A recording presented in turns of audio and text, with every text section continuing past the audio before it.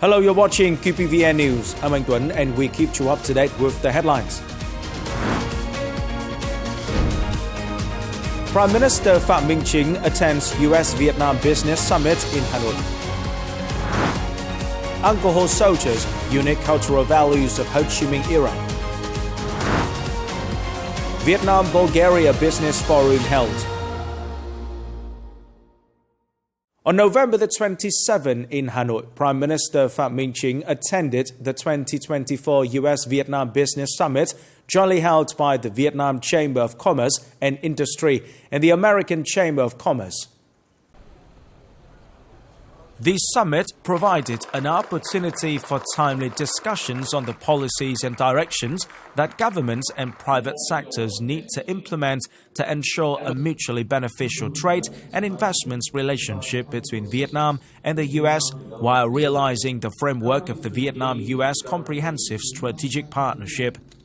At the summit, Prime Minister Phạm Minh Chính stated that Vietnam continues improving the business environment by ensuring stable, increasingly open and transparent policies that align with international practices and striving to prepare the necessary conditions for foreign investors, including U.S. investors. The leader called on the U.S. to remove barriers and sanctions against Vietnam, soon recognize its market economy status, and create favorable conditions for both countries and their businesses to cooperate and develop for the mutual benefit of both nations and peoples. Prime Minister Phạm Minh Chính hoped that U.S. businesses would have specific programs and projects that would benefit the people, businesses, and relations between both countries.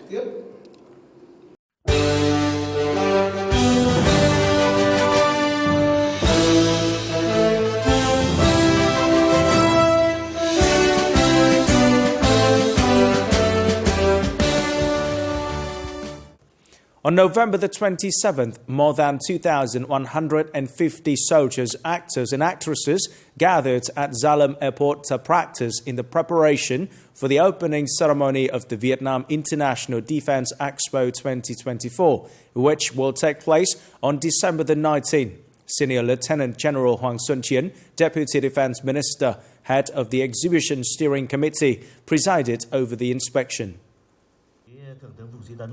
The opening ceremony of the Vietnam Defense Expo 2024 with the theme Vietnam, Peace, Cooperation, Development is a combination of unique performances, starting with the image of Vietnamese bamboo, representing patriotism, strong vitality and indomitability of the Vietnamese people, as well as the party's bamboo diplomacy. The opening ceremony is scheduled to feature an aircraft performance, martial arts demonstrations by the commando force, and a performance involving service dogs and their handlers. General Chiến urged forces to focus on training and demonstrating the strength, will and spirit of the Vietnam People's Army, as well as ensuring safety, solemnity and respect for the opening ceremony.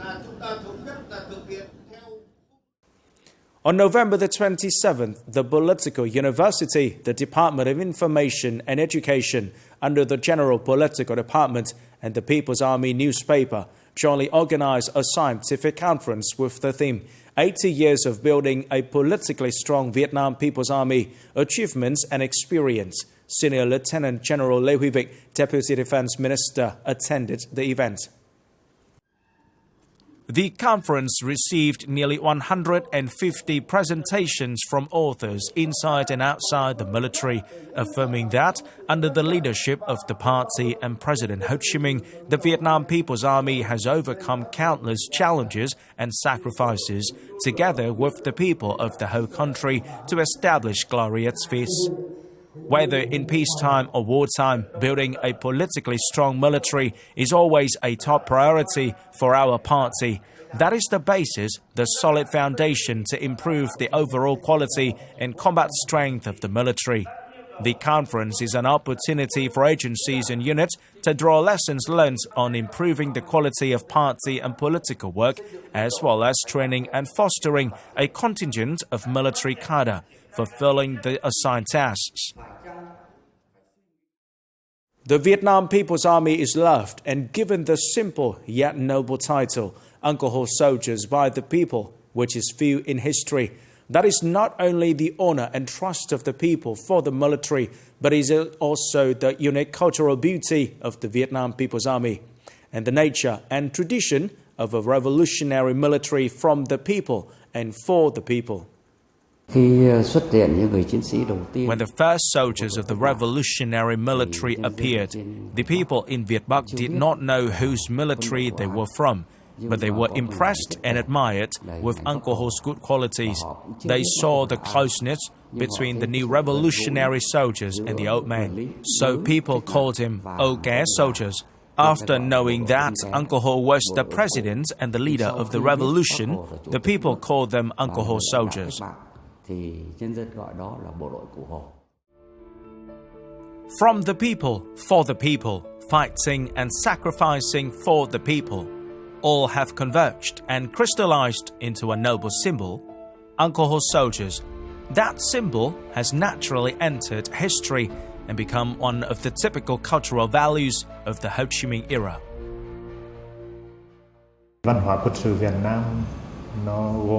Vietnam's military culture consists of three main parts. The first part is the value system of the Revolutionary War, a war of national liberation to protect the fatherland in the form of the People's War. Second, it is the value of military culture and art. Third, it is the value of the Vietnam People's Army, which is the cultural value of Uncle Ho Soldiers. It is the culture of the subject, the core of military activities that the people place in our military. In the current context, maintaining and promoting the noble qualities of Uncle Ho Soldiers as a shining example, always deserving the trust, pride, honor, and admiration of the people and international friends, is the responsibility of the entire party, military, and people. It is the honor and responsibility of each officer and soldier of the Vietnam People's Army to be worthy of Uncle Ho Soldiers.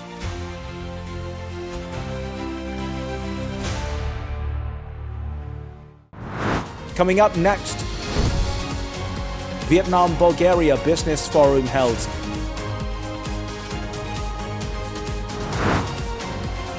High-speed railway opens room for development. During his official visit to Vietnam on November the 27th in Ho Chi Minh City, Bulgarian President Rumen Radev attended and spoke at the Vietnam-Bulgaria Business Forum. Addressing the forum, the Bulgarian president assessed Vietnam as one of Bulgaria's most potential markets in Southeast Asia. Bulgaria is interested in and wishes to strengthen cooperation with Vietnam in many fields, especially in his country's strengths, including renewable energy, information technology, medicine and logistics. The economic and trade relations between Bulgaria and Vietnam, as well as between Ho Chi Minh City and Sofia City, have significant potential for development. The Bulgarian president expressed his desire to cooperate with Ho Chi Minh City in tourism, telecommunications, renewable energy, and AI. The Vietnam-Bulgaria Business Forum provided important opportunity for enterprises of both countries to exchange information and seek potential cooperation, realizing the cooperation contents agreed upon by the country's leader. The World Academy of Sciences recently elected 74 new members, the largest number in the history of the Academy, raising the total number of its members to 1,444.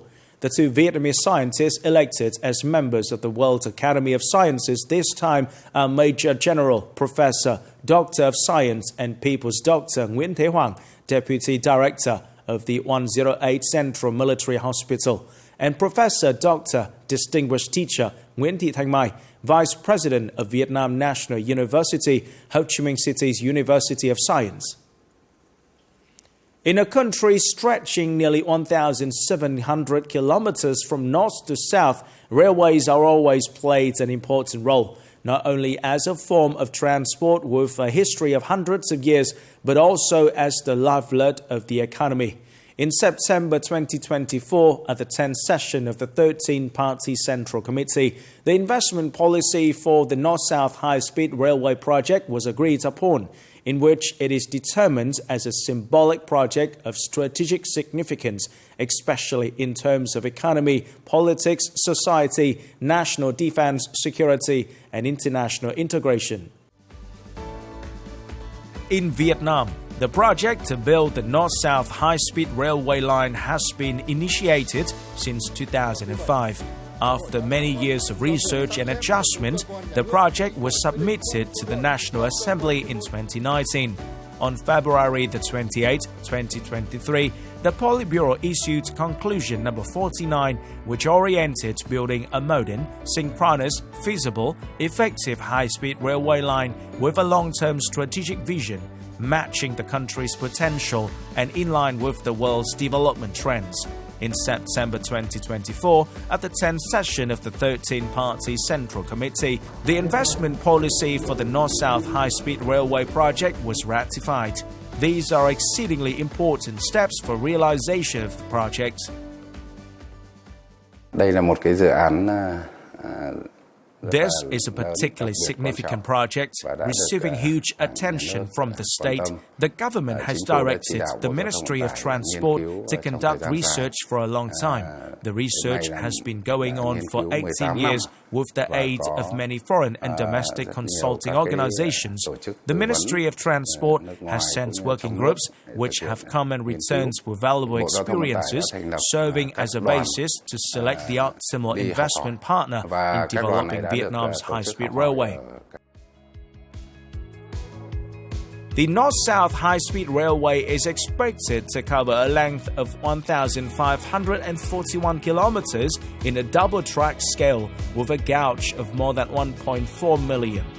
The electrified railway will be investing with synchronously designed infrastructure, reaching a speed of 350 kilometers per hour. The total investment is about $70 billion. The railway starts from Ngọc Hồi Station in Hanoi, passes through 20 localities, and ends at Thủ Thiêm Station in Ho Chi Minh City. High-speed railway trains run entirely on electricity, so they are extremely environmentally friendly, with CO2 emission 8.5 times lower than airplanes and 3.7 times lower than cars. Not only helping save resources, effectively respond to climate change, limit community separation, high-speed railway is also expected to combine with other types of transport to enhance connectivity among regions and growth poles, creating spillover momentum, opening up space for economic, tourism, cultural and social development. Our research process is based on principles and studies of scientists around the world. High-speed railways do not eliminate other modes of transport, but restructures the entire transport system so that each mode of transport can undertake an optimal distance. And we must promote that optimization so that people and businesses can benefit from such transport. In Vietnam, it is feasible to have breakfast in Hanoi, lunch in Da Nang, dinner in Ho Chi Minh City, and wake up in Hanoi the next morning if people choose to travel by air. However, with a speed of up to 350 kilometers per hour, the North-South High-Speed Railway is expected to help passengers make this journey at a more reasonable cost, with a richer experience and more benefits to the national socio-economic development. This is not purely the matter of money. No one can measure how the country's position will be lifted, enhancing the potential of the country. That's the effectiveness, reducing logistic costs, increasing competitiveness, lowering travel fares, improving social effects, and then elevating position and potential of the country. These are the benefits. This is the end of the QPVN News today. Remember to watch our news again at qpvn.vn. Thank you for watching and goodbye for now.